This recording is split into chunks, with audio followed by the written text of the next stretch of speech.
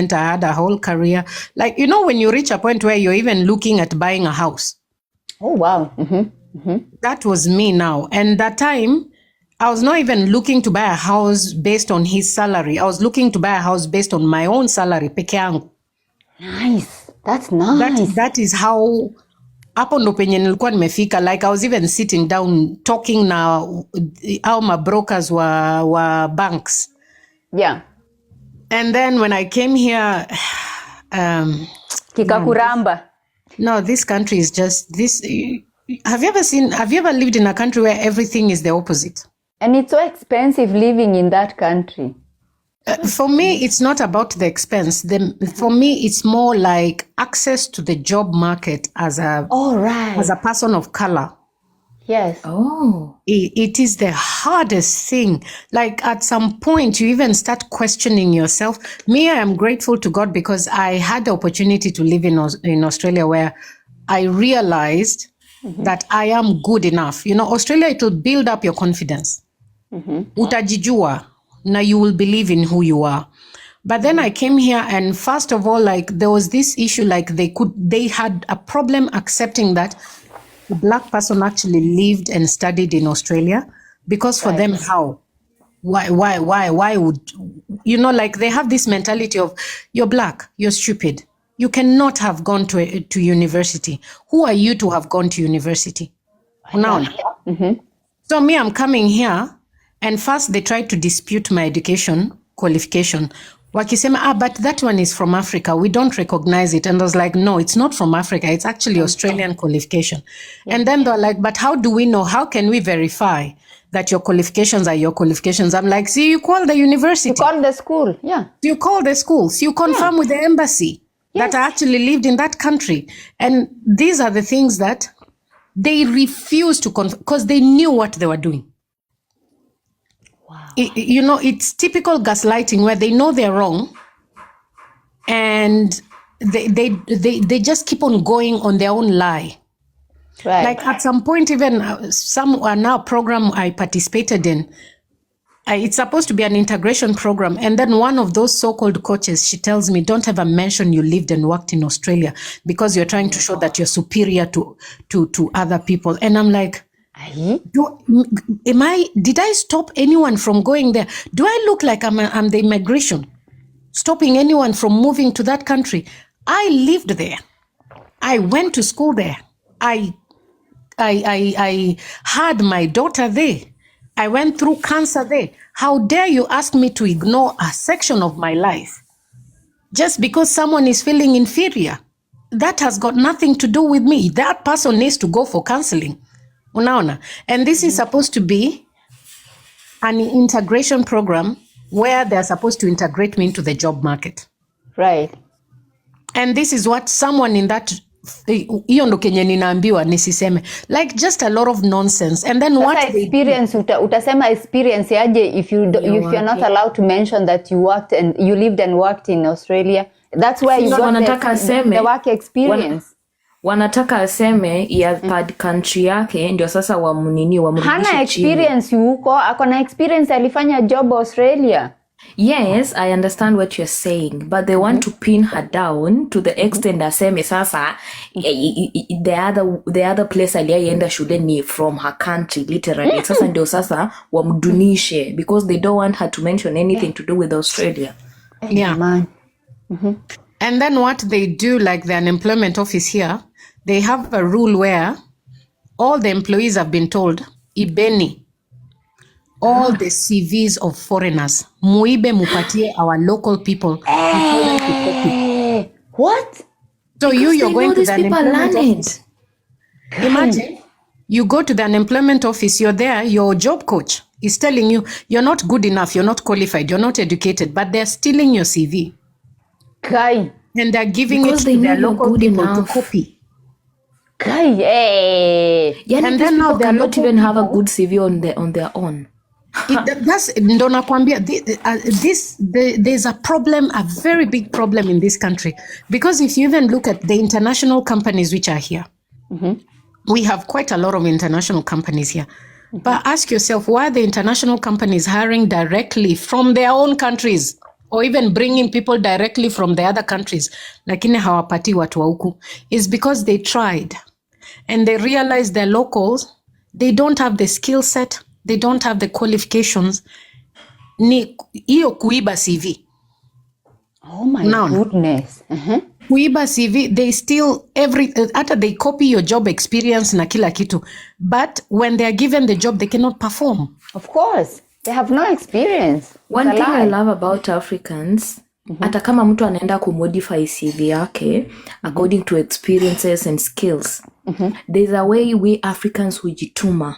We do those skills, like we go online and do those short courses and get skilled before you go. Maybe like I'm in this group here, Seferas, the people are applying for these cruise ship jobs. You find someone saying, I've not worked as a housekeeper, but right now I'm doing a short course because I just want to fit in that field. So she's trying to get the skills. Hata kama akimodify, hajawahi fanya housekeeping, but akipewa hiyo kazi, she will still perform. Yes. Oh my goodness. Like the thing is, the local companies, like locally owned companies, wanapatianga watu wao jobs, no interview, no nothing. Unaona? So like it's like an us versus them thing that is going on here. So if you're a foreigner, you're just out of the job market. Upende usipende, you're just out. So all really foreigners, hard to live there. Yeah, all foreigners, we're all trying to enter international companies. Market, yeah. Unaona. Now you see now, the international companies that are here, they're not enough to hire everyone. Yes. Unaona. Then now the local companies, like even if you want to start a business, let's say you want to start a business, they will come and tell you, the rule is you have to write a business idea. Yes. Give it to, it's called a Gemeinde, which is like the local council. Yes. For you to get approval for your business. Now, this is where you'll be told you're not qualified. Yet it is your own business idea, business concept, everything. Watakwambia you're not qualified to do that. How are you not qualified and you're the one who has that business idea? See, that's the thing now. They will tell you that, but this is the thing. If you come and you want to open a business with a local person, unataka kufungua na mzungu wa huku, you'll be given a business permit. Hata kama huyo mtu hana qualification, it's all right. Okay. So lazima ujifunganisha na mtu wa huko ndio upate hiyo license. Yes.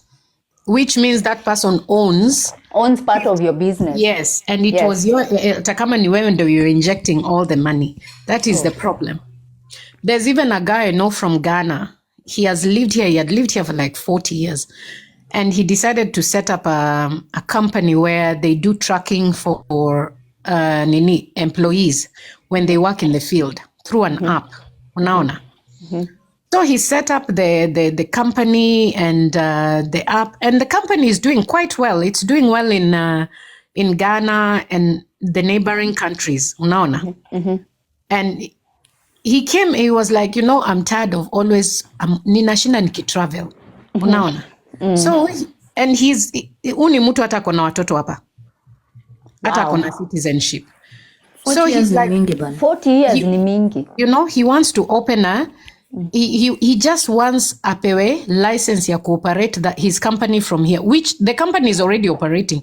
He just needs to be able to manage it from here so that he can even expand the company huku. Do you know they told him he's not qualified?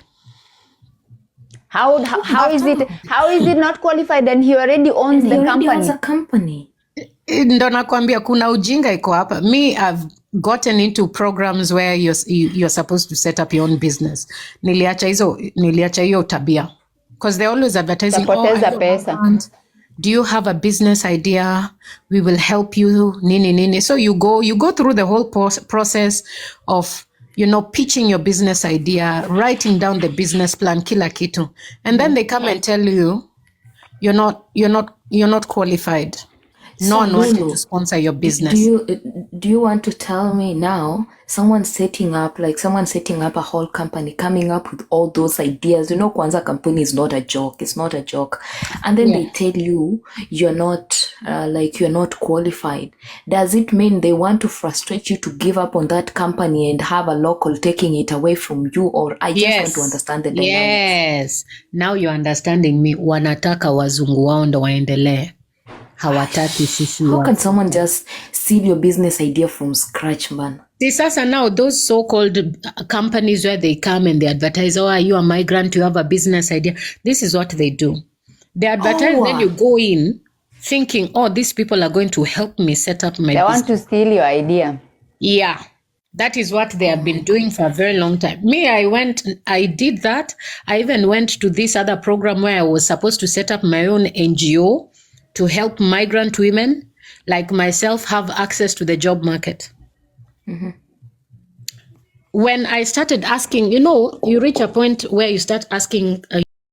It's the material that they use to build. Yeah, it is cold.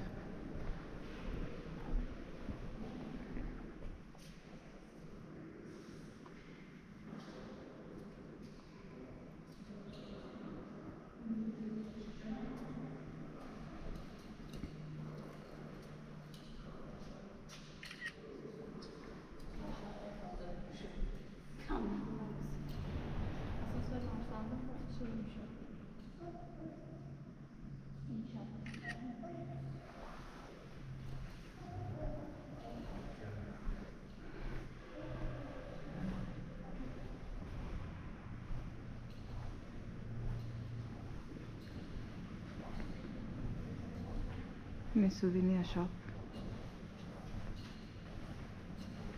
Yeah. I wonder if it's open. Maybe, yeah.